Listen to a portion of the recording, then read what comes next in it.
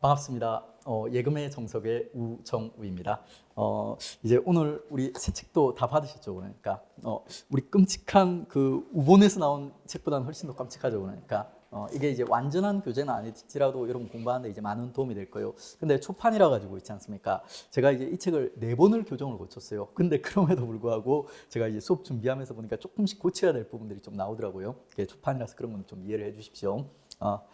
자, 그러면 이제 우리가 이제 그 예금을 오늘부터 이제 수업을 시작할 건데 예금은 제가 이제 그 우편이랑 같이 이제 거의 비슷한 시기에 시작을 해서 이제 공부를 했는데 우편을 먼저 어느 정도 수준까지 올리고 그다음에 이제 예금을 공부를 했는데 저는 이제 저번에도 한번 얘기했듯이 예금 공부하면서 되게 기분이 좋았어요. 그러니까 우본에서 나온 우편 자료는 정말 지 마음대로 만들었거든요. 그러니까 막 책에도 안 잡혀 있고 단어도 막 이 단어 썼다가 저 단어 썼다가 막 이렇게 그리고 이제 전반적인 이제 책 퀄리티라든지 내용 같은 거 수준도 이제 상당히 낮아요. 그러니까 그래가지고 정말 이제 힘들게 공부를 하다가 예금책을 딱 펼치니까 일단은 줄글로 쓰여 있어서 되게 읽기는 힘들지 않습니까? 근데 이제 그럼에도 불구하고 내용 자체는 우편에 비해서는 훨씬 더 이제 정리가 되어 있더라고요. 그래가지고 공부하기 편해가지고 되게 이제 한바웃음을 지으면서 이제 예금을 갖다 공부를 했는데 이걸 막상 이제 책으로 이렇게 편집을 갖다 하려고 보니까 저 같은 경우야 공부를 좀 많이 해본 경우지 않습니까? 그래가지고 이제 저 스스로 이 내용들을 갖다가 받아들일 수가 있어요. 소화해가지고. 근데 공부를 안 해보신 분들은 그거를 이렇게 그 줄글로 돼 있는 책들을 이렇게 정리해가지고 소화한다는 게 쉽지가 않거든요. 그래가지고 결국 이제 그 우편은 책을 안 만들었지만 예금은 이렇게 책을 갖다 만들었고 있죠. 그리고 이제 우편이랑 예금이 두 개가 우리한테는 이제 우금해가지고 하나의 과목은 묶여 있을지 몰라도 이 두 개가 성격이 상당히 다르거든요. 우편은 내용이 좀 이렇게 정리가 안 돼 있긴 해도 있지 않습니까? 실제로 그 내용을 갖다 조금 정리만 잘하고 우리가 이해만 하고 받아들일 수 있다면 실제로 좀 쉬운 과목이에요. 외워야 될 포인트도 그렇고 공부할 양도 있지 않습니까? 조금 많긴 하지만 예금에 비해서 딱 정해져 있는 이런 파트예요. 근데 이제 예금은 있지 않습니까? 우편이랑 성격이 좀 달라요. 그러니까 예금이 기본적으로 경제학을 기반으로 해서 그 경제학 안에 금융이란 파트가 있어요. 금융이란 파트. 그 금융 안에 예금이란 파트가 있거든요. 그래서 우리가 이제 예금을 갖다 공부하려면 있지 않습니까? 경제학에 대한 기본 지식도 어느 정도 필요하고 그 다음에 금융에 대한 기본 지식도 어느 정도 필요하고 있죠. 그 다음에 이제 예금으로 넘어가는 거예요. 그래서 우리 교재에서도 보시면 있지 않습니까? 자, 여기 그 교재 우본에서 나오는 이제 컨텐츠를 갖다 살펴보면 크게 이제 총 10개 파트로 나눠져 있는데 처음이 이제 1, 2, 3, 4, 5 파트 있지 않습니까? 이게 첫 파트 1이 지금 경제예요. 그러니까 우리 예금의 가장 기본이 되는 있죠. 경제 파트에 관련된 기본적인 지식들. 그 다음에 파트 2, 3 여기까지가 있지 않습니까? 그 금융과 관련된 있지 않습니까? 기본 지식들 이런 것들도 깔아주고 있어요. 그 다음에 이제 우체국 예금이랑은 다르지만 있지 않습니까? 예금과 관련된 일반 사항들 있죠. 이런 것들이 이제 파트 4에서 다뤄주고요. 그 다음에 파트 5는 현대 금융 있지 않습니까? 현대 금융이 특징이 전산화되어 있다는 거예요. 전자화되어 있다는 거예요. 그래가지고 이제 현대 금융에 있어서 새롭게 있지 않습니까? 한 50년, 100년 전이랑 비교했을 때 새롭게 등장한 전자금융과 관련된 내용들, 요게 이제 현대 금융의 특징이기 때문에 이런 파트들도 다시 한번 정리를 해주는 거고요. 그 요까지는 우리가 이제 관심이 있는 거는 우체국 금융이고 우체국 예금이지 않습니까? 그거를 갖다 들어가기 전에 있지 않습니까? 기본 지식들을 갖다 쫙 한번 이제 정리해 보는 거예요. 관련된 기본 지식들, 배경 지식들. 그리고 이제 파트 6, 7, 8 있지 않습니까? 이게 이제 본격적으로 이제 우체국 금융과 관련된 내용들을 갖다 다룰 거고요. 그리고 여기서 우체국 금융 중에서도 특히 우리 과목 이름이 우체국 예금이죠. 그러니까 예금이에요. 그래 예금과 관련된 내용들, 상품들, 서비스들을 갖다 중심으로 해서 6, 7, 8에서 있지 않습니까? 주로 다루는 모습을 갖다 보게 될 거예요. 그 다음에 이제 파트 9랑 10 있지 않습니까? 이거는 전반적인 이제 그 금융과 관련된 예금과 관련된 내부 관리와 관련된 좀 특이한 포인트들이 있죠. 뭐 내부 통제라든지 그리고 이제 예금자 보호라든지 이런 내용들 있지 않습니까? 이런 내용들 좀 특수한 내용들 관리와 관련된 특수한 내용들을 마지막에 이제 파트 9랑 이제 10에서 이제 정리를 해주더라고요. 그래서 크게 이제 예금 파트 10개 파트를 갖다 우리가 구별해 보면 제가 이제 요게 1부 그리고 이제 요 우체국과 관련된 내용이 2부 그리고 이제 3부는 내부 이제 관리와 관련된 이런 특수한 내용들도 다루면서 이렇게 이제 크게 3개 파트로 이루어져 있다고 보시면 돼요. 자, 이렇게 이제 보듯이 경제학부터 해서 금융과 관련된 지식부터 접근해가지고 이제 그 우편 예금으로 이제 접근해 가거든요. 그래서 이게 우편은, 아니 그 예금은 있지 않습니까? 우편이랑 다르게 약간 여러분이 취사 선택을 해줘야 돼요. 우편은 그냥 책에 나오는 거 있지 않습니까? 다 공부하면 돼요. 그러니까 전부 다 시험 문제고 범위예요. 그러니까. 근데 예금 같은 경우는 그 되게 범주가 넓은 있지 않습니까? 우편이라든지 금융을 갖다가 깔아주고 그 다음에 예금으로 접근하는 방식이거든요. 근데 이걸 갖다 학생들 보고 그냥 이제 베이스로 어느 정도 배경 지식을 쌓으라고 이제 그 경제학이라든지 그리고 또 뭐야 그러니까 금융이라든지 이런 지식을 갖다 여러분한테 소개를 해드리는데 여러분이 이걸 갖다 만약에 정석으로 접근하려고 하지 않습니까? 그러면 이게 되게 공부 범위가 넓어질 수가 있어요. 실제 경제학 1장만 해도 있지 않습니까? 여러분이 제대로 이해하고 공부를 하려면 이게 며칠을 공부해야 되거든요. 며칠을 공부해야 돼요. 며칠 한 달 정도는 이제 공부를 해야 될 거예요. 그러니까 이 파트만 해도. 근데 그 이 일장을 소개해 준 거는 대략 이제 어느 정도 이제 서론격으로 이제 배경 지식을 깔고 이 경제로부터 금융이 나오고 금융에서 이렇게 예금이 파생되었다 이런 맥락에서 이제 보여주려고 경제를 소개시켜 드린 거지 여러분한테 이제 전문적인 이제 경제적인 지식을 갖다가 요구하기 위해서 이걸 갖다 깔아준 건 아니에요. 그러니까 이제 파트 1 같은 경우는 여러분 너무 장황하게 접근하지 마십시오. 그러니까 파트 1을 완벽하게 공부하려면 공부 시간이 엄청 많이 들고 거기다가 여러분 파트 1에서 있지 않습니까? 시험 문제가 나온 적이 있을까요? 없까요? 있을까요? 없을까요? 파트 1 나와요. 그러니까 나오는데 딱 우리 그 예금이랑 관련된 파트만 나와요. 어떤 파트가 나오냐면 바로 금리가 나와요.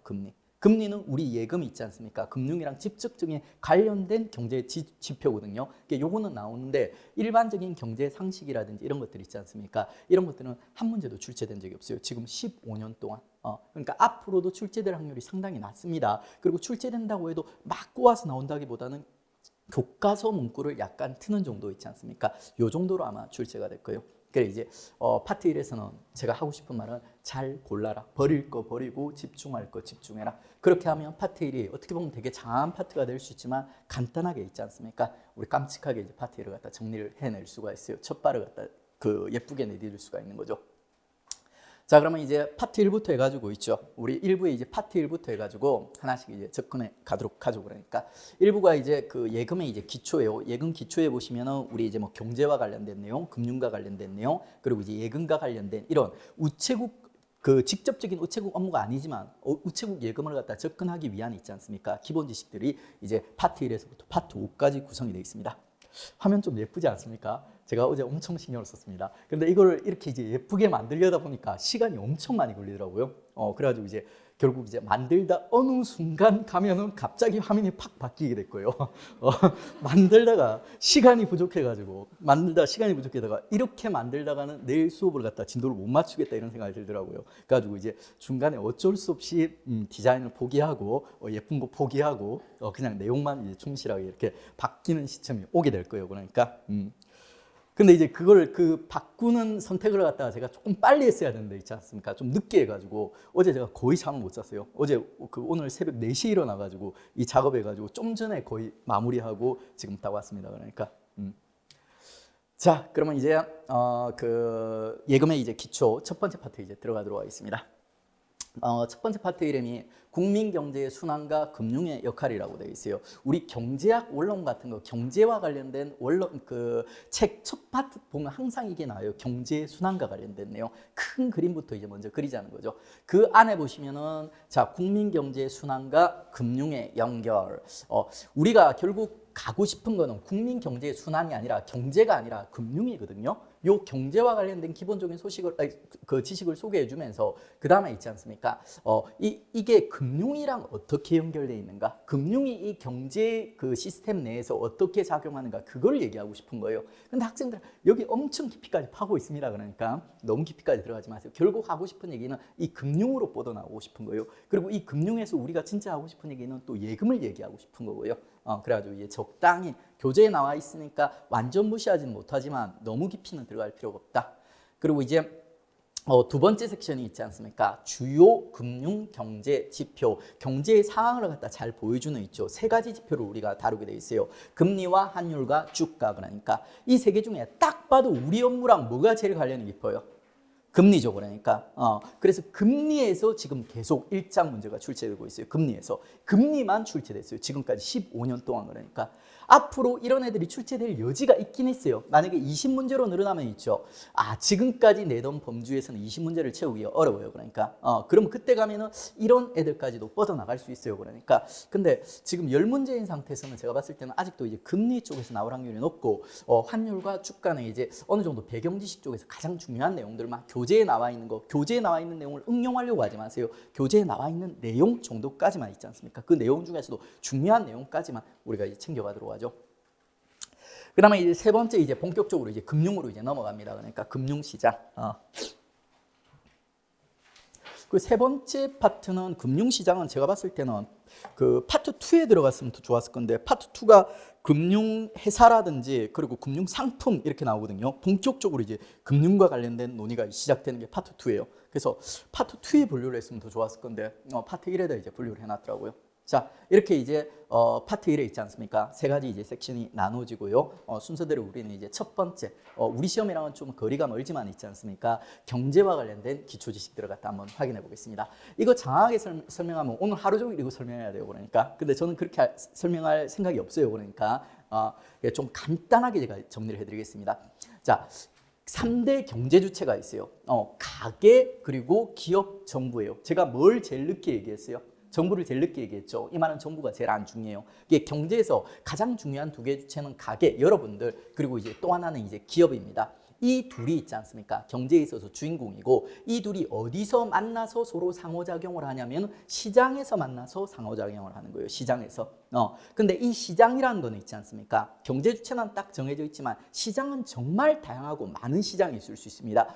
경제학에서 가장 대표적인 생존 요소 시장과 생산물 시장이 있고요. 요거 말고도 우리 좀 이따 보게 될 건데 자본 시장이 있고 또 환율 시장이 있고, 그리고 그냥 이름만 붙이면 그냥 시장이에요. 이름만 붙이면 시장이에요. 시장은 정말 다양한 시장이 있어요. 근데 그 다양한 시장들 중에 있죠. 경제학에서 가장 기본적인 두 개의 시장이 지금 생산이 붙은 요 두 개의 시장이에요. 하나가 있지 않습니까? 생산 요소 시장이라는 곳이에요. 이 생산 요소 시장은 있지 않습니까? 생산물을 만들어내는 시장입니다. 근데 여러분 그냥 제 방금 설명을 무시하고 여러분 판단해 보세요. 생산물이 만들어지는 시장은 생산 요소 시장일 것 같아요? 생산물 시장일 것 같아요? 생산물 시장일 것 같죠. 근데 그게 아니에요. 이거를 우리 시험에서 정확하게 언급하지 않았기 때문에 시험에서는 안 나오는데, 여러분이 경제를 이해하려면 이거는 구별해야 됩니다. 그러니까 생산물을 만드는 시장은 여기예요. 그리고 여기서는 그럼 뭐하냐? 여기서 만들어진 생산물을 갖다가 판매하는 시장이에요. 소비자한테 판매하는 시장이에요. 요 생산 요소 시장이라는 곳에서 토지, 자본, 노동력 이런 것들을 갖다가 바탕으로 해서 생산물을 만드는 거예요. 요게 인풋이면 아웃풋으로 나오는 게 바로 생산물이 되는 거예요. 그러면 그 아웃풋 가지고 여기서 갖다 파는 거예요. 그러니까. 그리고 팔아서 돈을 버는 거죠. 그러니까. 그게 이제 경제의 기본적인 이게 시스템입니다. 자, 그리고 이제 그러면 이제 그 기본적인 이제 경제 주체에 대해서 살펴봤고, 그다음에 이제 경제 있지 않습니까? 경제 활동의 3단계 있지 않습니까? 경제 주요 활동이 있어요. 그러니까 그 3단계 활동이 뭐냐면 1단계가 먼저 이제 경제 활동을 하려면 생산부터 해야 되겠죠. 생산이에요. 그러니까 생산. 여기서 이제 생산이 이루어져요. 그러니까 여기서 이런 토지, 노동, 자본 얘들을 생산 요소라 부르거든요. 이런 생산 요소랑 그다음에 원료 같은 거 있지 않습니까? 이런 게 결합해 가지고 여기서 생산물이 이제 나오는 거예요. 그게 이제 생산 단계. 그리고 생산을 했으면 있지 않습니까? 그거를 갖다 이제 분배를 해야 돼요. 분배. 이 분배는 뭐냐면 생산물이 나오면 요 시장에 갖다 팔겠죠. 그러니까 갖다 팔면 돈이 들어오겠죠. 상품 구매 대금 들어오겠죠. 그 대금을 갖다가 원료 값을 재버리고 있지 않습니까? 요 생산 요소를 갖다가 기여한 사람들한테 돈을 나눠주는 거예요. 그게 이제 분배 단계예요. 분배 단계. 그리고 이제 분배를 했으면 뭐 가게라든지 기업이라든지 돈이 좀 생겼겠죠. 그러니까. 그러면 그 생긴 돈으로 뭐라 하냐면 지출하는 거예요. 일명 생분지 3단계 해가지고, 이건 생으로 암기하는 거예요. 생분지 3단계. 요거 암기해 놓으면 되게 유용하게 쓸 수 있어요. 생분지 3단계에서 경제활동이 이제 3단계 경제활동 전체를 갖다 3단계로 있지 않습니까? 구별하는 경제활동의 생산, 그리고 이제 분배, 지출의 단계로 이루어진다. 나중에 여러분들 국민소득 이름이 뭐였더라 정확하게 한번 볼까요? 국민소득 3면 등가의 원칙 이런 거 배우거든요. 그게 바로 이 세 개가 같다는 거예요. 국민총 생산, 국민총 분배, 국민총 지출 있지 않습니까? 그 세 개가 같다는 게 이제 그 국민소득 3면 등가의 원칙 이렇습니다. 그래가지고 이게 이제 경제활동의 이제 가장 중요한 핵심을 이루는 이제 3단계라고 보시면 돼요. 그 중에서도 이제 제일 기본이 되는 게 일단 생산이 이루어져야지 분배를 하든지 지출을 하든지 할 거지 않습니까? 그래가지고 생산과 관련된 내용을 교과서에 처음으로 다루고 있습니다. 그게 이제 생산 들어가겠습니다. 여기서부터 이제 신경을 안 썼죠. 디자인에 신경을 안 썼죠. 그러니까 내용만 이제 담겨져 있습니다. 자, 생산. 자, 요 교재에 보시면 있죠. 경제 주체가 처음 나오는데 저는 경제 주체를 마지막에 정리하겠습니다. 일단 경제 주체를 뛰어넘고 있죠. 뛰어넘고. 그리고 우리 요번에 있지 않습니까? 그 계리직 최종 공고가 났어요. 그러니까 나면서 내용 이제 수정과 관련된 내용도 같이 발표가 됐지 않습니까? 예금에서 수정된 내용이 유일하게 있지 않습니까? 7페이지 하단에 있는 이 그림이에요. 그림. 근데 이 그림을 제가 이미 이 교재 만들 때 그 수정해서 만들었어요. 그러니까 화살표 방향이 잘못 잡혀 있었는데 그걸 갖다 수정을 했어요. 근데 이제 이 그림이 되게 그러니까 좀 그렇게 잘 그린 그림이 아니거든요. 그래서 제가 조금 이제 정부를 갖다 중앙으로 놓고 다시 이제 재구성, 좀 더 단순화해서 재구성한 게 이제 제가 쓰는 이제 그림이에요. 그러니까 그거 보는 게 훨씬 더 이해하는 데 도움이 많이 됐고요. 그러면 이제 7페이지 뛰어넘고 그 다음 페이지로 넘어가 보십시오. 생산과 관련된 논의가 나와요. 자, 먼저 이제 생산과 관련된 논의에서 생산 요소의 유용에 대해서 얘기하겠습니다. 생산 요소, 생산을 하기 위해서는 재료, 원료와 있죠. 생산 요소라는 게 필요한데 원료는 경제학에서 그렇게 중요하게 따지지 않아요. 그러니까 그 원료는 일단 무시하시고 있죠. 3대 생산 요소는 여러분이 상식적으로 알아두셔야 됩니다. 그러니까 인적 요소인 노동과 그 물적 요소인 토지와 자본이요. 이 두 개 어떤 게 인적이고 물적인지 구별하는 거는 초딩도 할 수 있겠죠. 그러니까 이거는 이제 암기할 필요가 없어요. 그냥 노동의 인적 요소, 물적 요소, 토지 자본에서 이제 3대 생산 요소예요. 그러니까 요 세 개를 갖다 두 문자를 따려면 이렇게 따면 돼요. 그러니까 토 놀자, 토요일 되면 놀아야죠. 그러니까 토요일 되면 놀아야죠. 금요일도 놀아야 되지만 토요일 되면 이제 놀자에서 토 놀자. 토지, 노동, 자본 해가지고 요게 이제 3대 생산 요소입니다. 그리고 이제 이런 토지, 노동, 자본을 갖다 제공하게 되면 있죠. 기업이 나중에 생산물 시장에 물건을 팔아가지고 돈이 생기면 얘들에게 있죠. 그 대가를 지불하는 거예요. 그게 바로 이제 지대와 임금, 이자예요. 토지를 제공한 사람한테는 지대를 주고, 노동을 제공한 사람한테는 임금을 주고, 자본을 제공한 사람은 이자를 주고 있죠. 이런 식으로 이제 분배가 이루어지는 거예요. 합리적이죠. 자, 그 다음에 생산 요소에 대해서 조금 더 알아보겠습니다. 자, 생산 요소가 재료랑은 다른 특징이 하나 있어요. 재료. 원래 생산을 하기 위해서는 생산 요소와 재료가 같이 필요하거든요. 근데 재료는 경제학에서 크게 중요하게 따지지 않습니다. 그러니까 이 생산 요소를 더 중요하게 평가를 하고 시험에서 언급을 하는데 이 생산 요소가 일반 재료들, 원재료라든지 중간재랑은 다른 특이한 특징이 하나 있어요. 그 특징이 뭐냐면 비소멸성이에요. 이런 재료들은 생산 과정에서 한 번 쓰면 소멸돼 버리거든요. 그런데 이런 생산 요소, 토지라든지 자본이라든지 있지 않습니까? 노동력은 생산 과정에 투입된 이후에도 소멸되지 않고 다음 회차에 다시 재투입할 수 있다는 특징이 있습니다. 그러니까 이게 이제 생산 요소들의 특징이에요. 그러니까 재료랑은 구별되는. 자, 그 다음에 3대 생산 요소가 있었죠, 여러분들. 이 생산 요소를 성격에 따랐다 두 가지 유형으로 구별할 수 있어요. 그러니까 본원적 생산 요소와 생산된 생산 요소라는 게 있습니다. 먼저 본원적 생산 요소는 토놀, 앞에 두 개예요. 토놀. 토지와 노동력이에요. 요거는 원래 존재하던 생산 요소이며 재생산된 것이 아니다. 그러니까 우리가 이제 생산된 생산 요소로 자본을 다루게 될 건데 자본은 있지 않습니까? 생산 과정에서 나온 산출물로 보고 있어요. 근데 노동이라든지 토지는 있죠. 원래부터 존재했다고 보고 있기 때문에 요 두 개를 갖다 성격을 나누는 거예요. 노동과 토지는 본원적 생산 요소라 부르고 있죠. 요 자본은 있지 않습니까? 자본은 생산된 생산 요소라고 부릅니다. 그러니까 왜 그러냐면 이 자본이란 게 어떻게 나오냐면 기업이 있지 않습니까? 물건 생산물이 여기서 아웃풋으로 나오죠. 그러니까 나오면 이걸 갖다 시장에 팔지 않습니까? 시장에 팔게 되면은 기업은 재료값을 제해버리고 있죠. 나머지 소득을 갖다 얘한테 나눠주게 되거든요. 그러면 이제 이 가계가 있지 않습니까? 이거를 갖다 나중에 지출을 하게 돼요. 근데 전부 다 지출을 하는 게 아니라 소비를 해버리는 게 아니라 일부를 저축을 하게 되거든요. 그 저축한 게 다시 자본이 돼가지고 있죠. 다시 생산 요소로서 자본으로서 되돌아오는 모습을 갖다 보여주게 됩니다. 그렇기 때문에 이 자본이라는 건 있죠. 생산 과정에서 발생되었다 해가지고 생산된 생산 요소라고 부르는 거예요. 깊이까지 솔직히 이해할 필요 없이 노동 토지는 본원적 원래부터 있었던 그리고 자본은 생산 과정에서 발생된 것이다. 그래서 생산된 생산 요소라고 부릅니다. 이까지 알면 끝이에요. 그러니까 더 깊이 들어갈 필요 없습니다. 자, 그 다음에 이제 이런 생산 요소랑 재료를 통해서 생산물을 만들었죠. 어떤 생산물을 갖다 만들었는지 우리 보도록 하겠습니다. 자, 크게 두 개, 재화와 용역. 용역은 서비스라고도 부릅니다. 자, 이게 교과서에서 되게 구질구질하게 설명하고 있는데 있지 않습니까? 이 두 개를 구별하는, 이 두 개를 개념 짓는 핵심 포인트는 얘는 물건이고 있지 않습니까? 얘는 행위예요, 행위. 재화는 있죠. 사람들이 사고 싶어하는, 필요로 하는 물건이요, 물건. 이런 구질구질한 설명 따위 필요 없어요, 그러니까.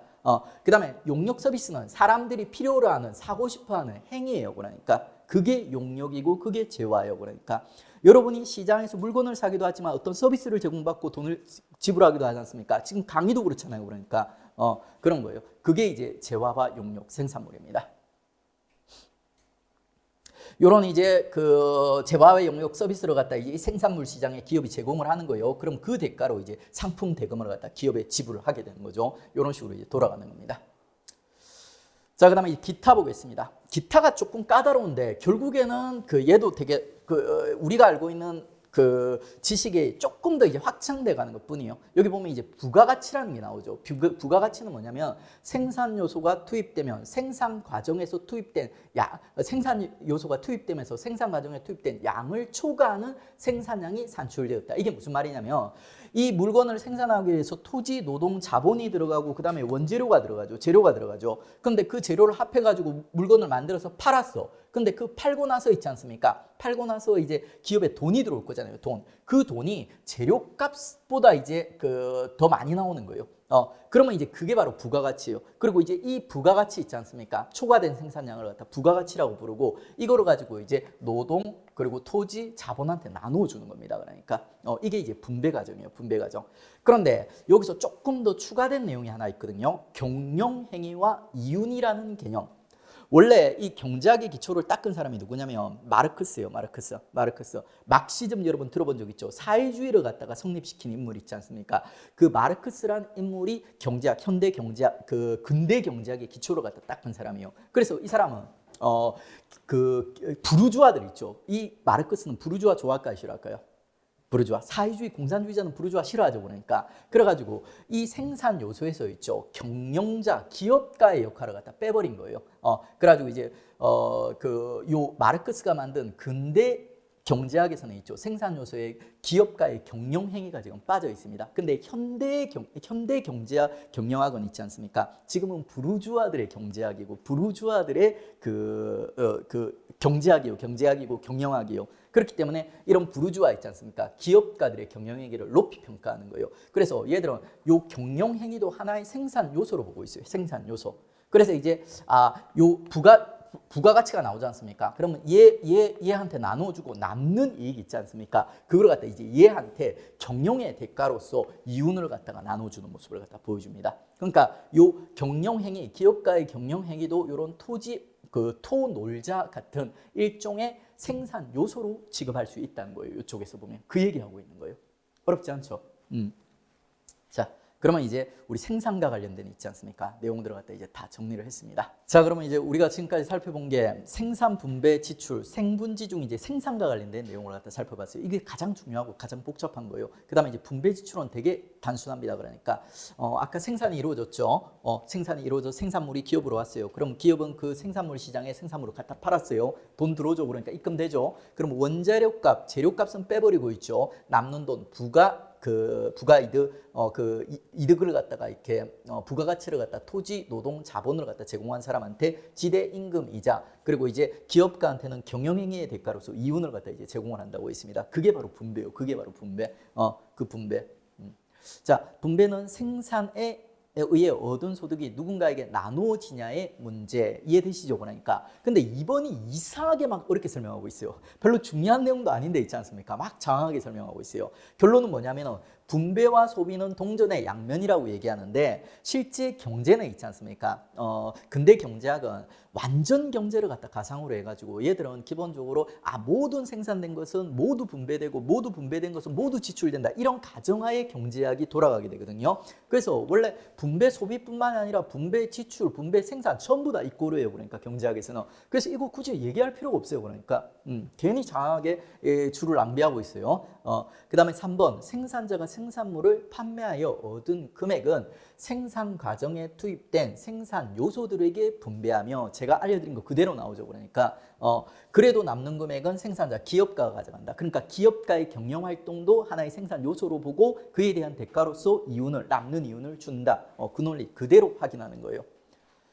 자, 그 다음에 생분 마지막에 이제 지예요. 지은 분배됐으면 이제 뭐 그 가게, 기업, 정부가 돈이 생겼을 거지 않습니까? 그러면 이제 이런 걸 갖다 얘들이 어떻게 지출하는가? 가게는 기본적으로 소비 지출입니다. 소비 지출. 물론 모든 소득을 다 소비하는 건 아니에요. 일부는 저축을 하게 돼요. 저축을 하게 돼요. 그러면 이제 그 저축이 또 자본이 돼 가지고 있지 않습니까? 생산 요소로 활동하게 되는 모습을 보게 될 건데 기본적으로 이제 가계 소비는 가계 지출은 소비 지출이요. 그리고 기업은 있지 않습니까? 투자를 합니다. 기업은 욕심쟁이에요. 돈 남으면 그냥 이 투자해서 기업을 갖다 더 키우려는 모습을 보여줘요.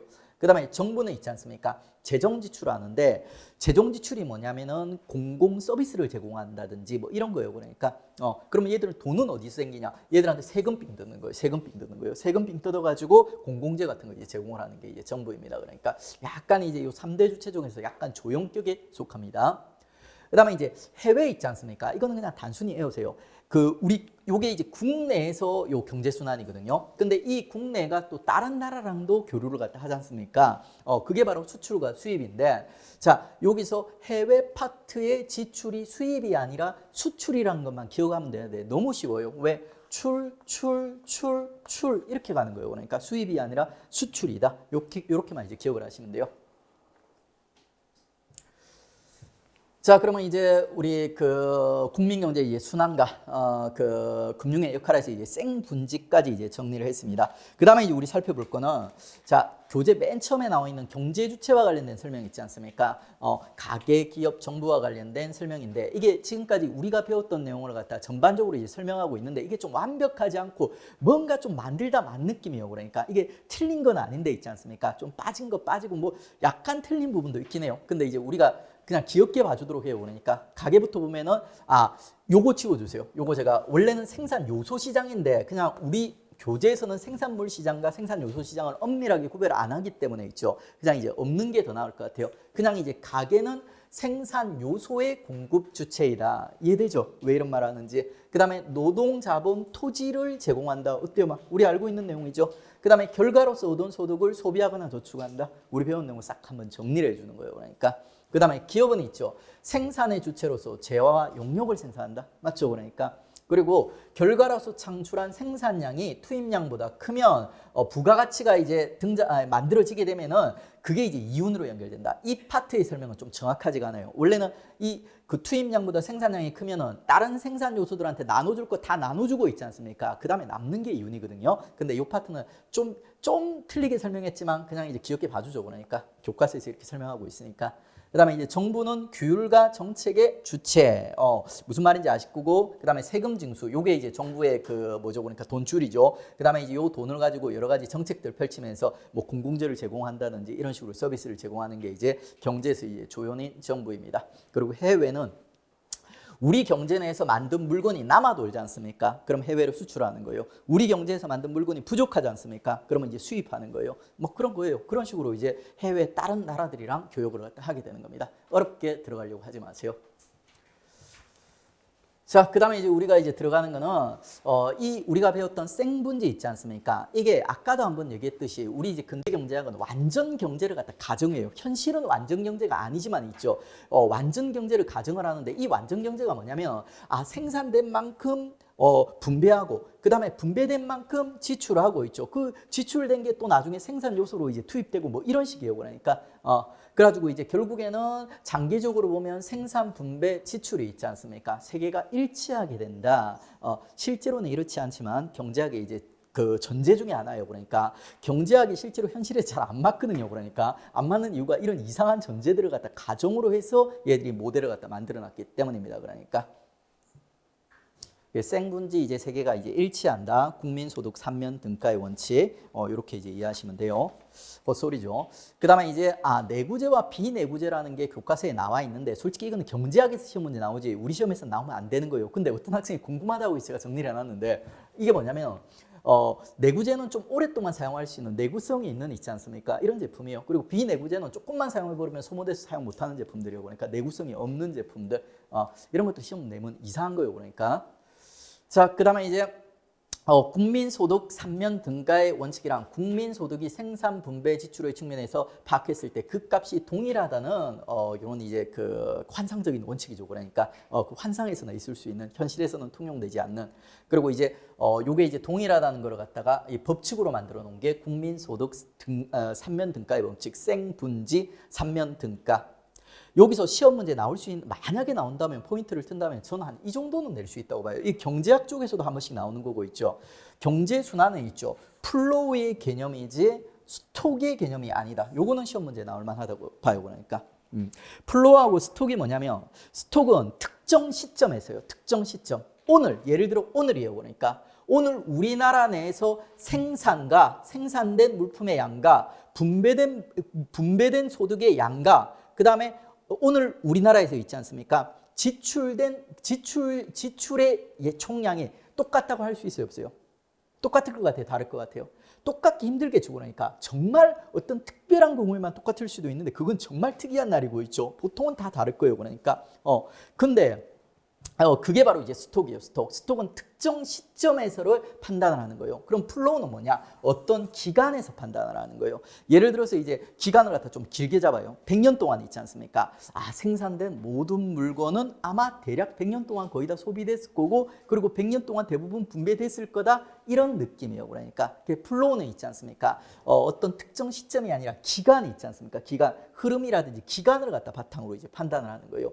국민소득 3면 등가의 법칙은 특정 시점에서 판단하는 게 아니라 우리 인류 역사의 이제 경제 교류가 시작된 시점부터 어떻게 보면 끝나는 시점까지 결국에는 만들어진 모든 물건은 결국에는 분배가 될 거고 분배된 모든 물건은 사용이 될 거다 있지 않습니까? 그런 과정이에요. 그런 과정. 그게 이제 플로우라는 느낌입니다. 그러니까 스톡이랑 차이입니다. 여러분이 생각했을 때는 경제 3면 등가 법칙은 스톡에 가까운 것 같아요? 플로우에 가까운 것 같아요? 여러분이 생각해도 플로우에 가깝죠. 그러니까 그래서 이제 스톡이 아니라 플로우다. 국민 경제의 순환은 요 정도만 이제 구별하시면 돼요. 자, 그리고 이제 조금 더 이제 본질에 우리 시험에 이제 가까워집니다. 드디어 이제 국민 경제에서 이제 벗어나가지고 있지 않습니까? 금융으로 다가가는 거예요.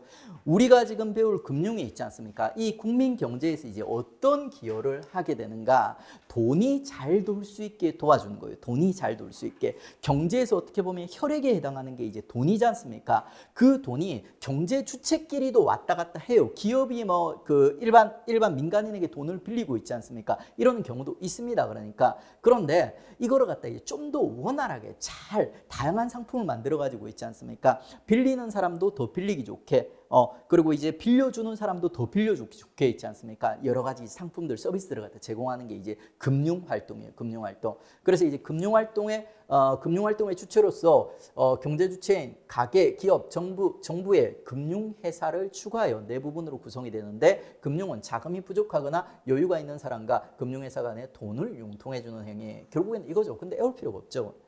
그 다음에 여기서 그나마 이제 특징이 되는 내용이 하나 나와요. 그러니까 금융회사는 그 자신이 최종적 자금 수요자나 자금 공급자가 아니라 있지 않습니까? 금융의 중개 기능을 수행한다는 점이 특징이다. 이게 이제 금융이죠. 그러니까 금융은 경제의 혈액피라고 할 수 있는 돈 있지 않습니까? 돈이 잘 돌아갈 수 있도록 중간에서 이제 도와주는 역할을 하기 위해서 등장했다는 겁니다. 그러니까 그 다음에 이제 이런 금융활동이 다양한 유형이 있는데 금융활동의 주체에 따른 구별, 뭐 소비자금융, 기업금융, 뭐 정부금융활동 이런 게 있다. 그냥 있다 이렇게 보시면 돼요. 뭐 중요하겠습니까 이게.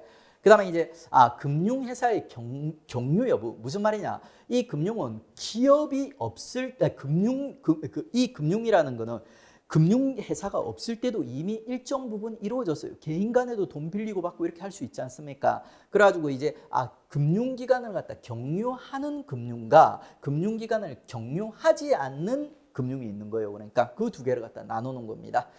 기업 금융 중에 있죠. 외상 매출이라든지 외상 매입, 그리고 이제 기업 간의 신용이나 주식 발행이 있죠. 이런 상품들은 금융회사를 갖다 거치지 않고 있죠. 직접적으로 기업이 돈을 빌려주는 사람이랑 이렇게 이제 거래를 갖다 하는 거예요. 그러니까 제가 이제 어떤 가게에서 외상으로 이제 음식을 먹고 싶은 거예요. 은행 거쳐야 돼요, 안 거쳐야 돼요? 은행 안 거치고 그냥 아줌마랑 얘기 잘 해가지고 있죠. 제가 내일 드릴게요, 이렇게 하면 되죠. 그러니까 그거 얘기하는 거예요.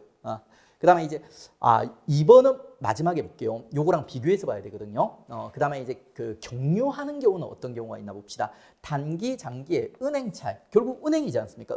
은행에 돈을 빌린다는 얘기예요. 그다음에 이제 상업 어음이라는 거는 있지 않습니까? 기업에서 종이 쪼가리를 하나 써주는 거예요. 종이 쪼가리. 내가 맨날 며칠까지 돈을 갚을게 하는 각서 같은 걸 하나 쓰는 거예요. 그러니까 근데 그 각서 어음을 갖다 딱 발행해 가지고 있죠. 요거를 갖다가 은행에 파는 거예요. 은행에 파는 거예요. 그게 바로 이제 은행에 파는데 원래 이 어음에 적혀 있는 가격이 100만 원이면 야, 내가 이거 100만 원 빌리고 나중에 1년 뒤에 100만 원 줄게. 이러면 은행이 살까요, 안 살까요? 은행이 호구해요. 안 사겠죠. 그러니까 그래가지고 은행한테 할인을 해줘야지 은행이 사는 거예요. 이거 내가 나중에 100만 원 줄 건데 지금 너네 90만 원만 주면 돼. 그럼 나중에 내가 1년 뒤에 100만 원 줄게. 10%를 할인해 준 거죠. 그러니까 이게 바로 어음의 할인이에요. 어음의 할인. 그러니까 요거 역시도 은행 차입이랑 마찬가지겠죠. 은행을 통해 가지고 기업이 이제 돈을 마련하는 거예요. 그렇기 때문에 이제 경유하는 케이스로 들어가게 되는 거죠. 그다음에 이제 요 두 번째 케이스들을 비교를 할 건데 이게 뭔가 장황해 보이는데 별거 없어요. 그러니까 보세요.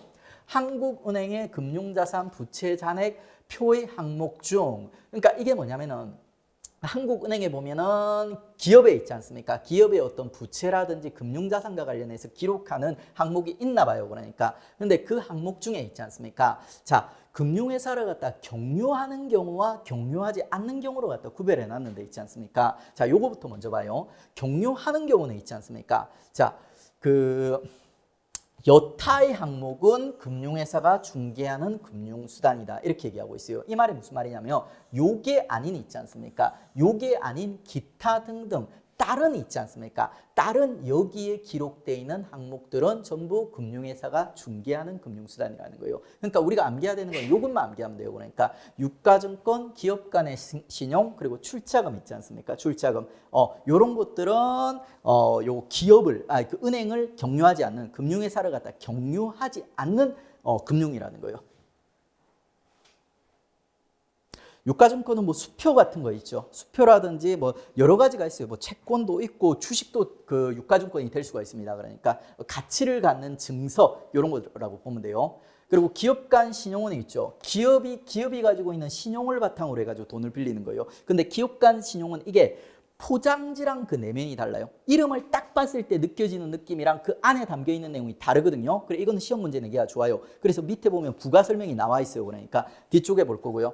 그다음에 출자금은 그 기업의 주인이 있지 않습니까? 주인이 기업에 이제 투자를 하는 거예요. 그러니까 기업에 이제 투자하는 초기 자금 뭐 이런 거라고 보시면 되는 거예요. 이런 것들은 전부 이제 은행을 안 거치고 있지 않습니까? 이렇게 이제 그 이용되는 금융이라고 보시면 돼요. 그러니까 근데 뭐 이 방금 제가 의미를 설명해 드렸는데 기업 간 신용 빼고는 있지 않습니까? 굳이 그 의미를 정확하게 파고들지 않아도 괜찮아요. 그러니까 요 세 개가 이제 경유하지 않는 있죠.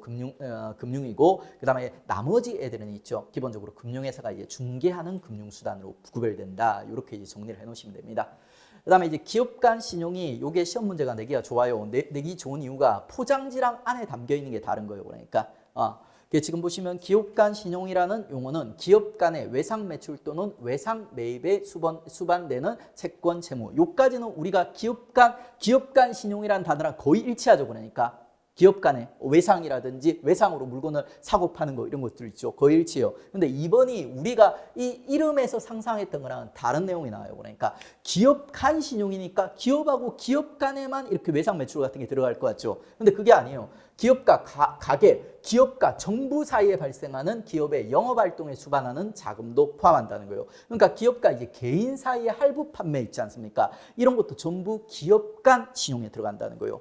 우리 이름을 보면은 이럴 것 같아요? 안 이럴 것 같아요? 안 이럴 것 같죠? 그러니까 기업 간에만 어떤 이제 뭐 할부라든지 이런 걸 갖다가 포함될 것 같은데 뜻밖의 있지 않습니까? 기업과 개인, 기업과 정부와의 발생하는 있지 않습니까? 이런 이제 자금의 대차도 이제 그 포함이 된다는 거예요. 대차는 빌려주고 빌려가는 걸 얘기하는 겁니다. 이런 거는 우리가 이제 신경 써서 암기를 해놔야 되죠. 만약에 여기 그 우리 지금까지 시험에 안 나왔던 거 있죠. 섹션 1 이런 데서 시험 나온 다음에 이런 포인트 잡아서 시험 문제가 나오겠죠. 그러니까. 자, 그다음에 이제 금융의 역할이 나오는데 기본적으로 경제 활동을 갖다 이제 원활하게 해주는 윤활유 역할이에요. 여러분 한번 읽어보면 다 알 수 있는 내용이고 이 금융의 역할이 뒤쪽에 있지 않습니까? 금융의 기능에서 거의 똑같이 좀 더 자세히 있지 않습니까? 다시 한번 설명이 돼요. 그러니까 그래가지고 뭐 그냥 달달달 5개를 외울 정도는 아니에요. 그냥 읽어보고 금융이 좋은 일을 하는구나 하면서 이제 보시면 돼요. 개인과 개인 간의 이제 자금 거래를 갖다 중개해 준다. 예금과 대출을 통해서. 그다음에 이제 뭐 그 정부나 기업에 있죠. 그 국채나 회사채 채권을 갖다 발행해 주는 거예요. 그래가지고 얘들이 이제 자금이 필요할 때 자금을 마련할 수 있도록 도와주는 거고요. 그다음에 뭐 거래 비용의 절감, 뭐 신용카드라든지 이런 걸 갖다 통해 가지고 그 별로 이제 별도의 비용을 들이지 않고 있지 않습니까? 거래를 갖다 간편하게 빠르게 할 수 있도록 도와주는 거예요. 가계 자산에 대한 관리. 뭐 자산의 이제 운용, 뭐 투자라든지 뭐 이런 것도 필요할 때 빌릴 수도 있게 해주고 이렇게 해주는 거죠. 그러니까 그다음에 자금의 효율적인 배분, 이자를 갖다 통해 가지고 이제 돈을 갖다 더 많이 필요로 하는 사람들한테 합리적으로 이제 배분해 줄 수 있다는 거예요. 뭐 크게 중요하지 않습니다. 그다음에 금융 위험 관리 수단을 제공, 분산 투자로 투자의 위험을 줄일 수 있다. 다양한 금융 상품을 통한 있지 않습니까? 분산 투자 같은 걸 통해서 이제 또 투자 위험도 줄일 수 있고 뭐 여러 가지 좋은 일들을 갖다 한다는 거예요. 금융이란 분이 훌륭한 분이라는 얘기예요. 그러면 이제 관련된 문제를 한번 풀어보겠습니다. 관련된 기출이 없다고 했죠. 그러니까 그래가지고 제가 이제 교과서에 딱 나오는 문구만을 바탕으로 해서 있지 않습니까? 문제를 만들었어요. 근데 이제 약간 뭐 쉽지는 않게 만들었습니다. 한번 이제 같이 풀어보도록 하죠. 두 문제, 옳은 거 이제 2개 고르는 거예요.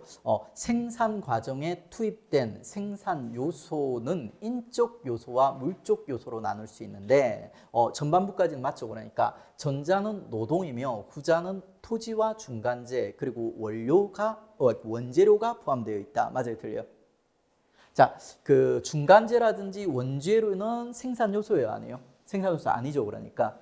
그래서 틀린 거예요. 그다음에 생산 요소의 특징은 어느 생산 과정에 투입된 후에도 소멸되지 않고 다음 해체의 생산 과정에 다시 재투입될 수 있다는 점에서 비소멸성을 가진다. 맞아요, 틀려요? 정확하죠. 생산 요소가 요 재료들이랑 구별된 특징이라고 했어요. 그다음에 생산 요소 중에 노동이나 토지는 본원적 생산 요소이다. 맞아요, 틀려요? 정확하죠. 그러면 본원적 생산 요소가 아닌 애가 하나 있었어요. 뭐가 있었어요?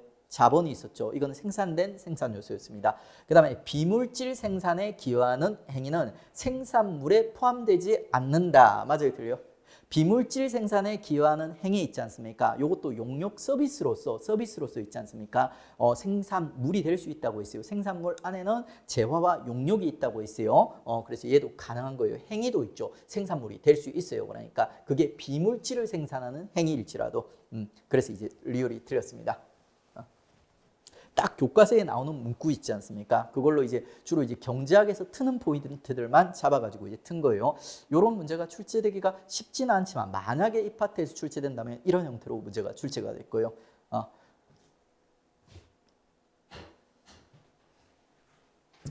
자, 그러면 이제 우리가 이제 국민 경제 이제 순환과 금융의 이제 연결과 관련된 있지 않습니까? 첫 번째 섹션을 갖다 이제 정리를 했습니다. 첫 시간 여기까지 하고 있죠. 쉬었다 두 번째 시간 나가도록 하겠습니다.